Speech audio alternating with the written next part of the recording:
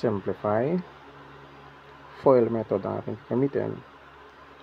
First term is this one, square root of 3 times 9 square root of 3. The answer is 9 square root of 9. Ayan.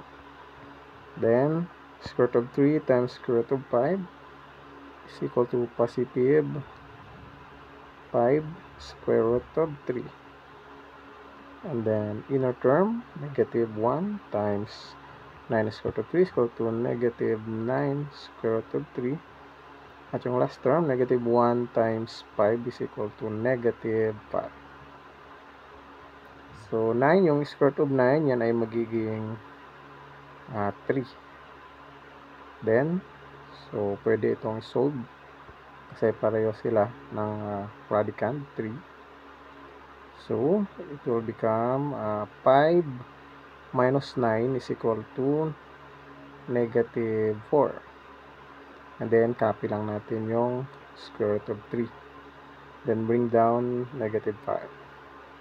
So, 9 times 3 is 27. And then, i-combine like terms natin. So, yung negative 5, ilagay natin dito.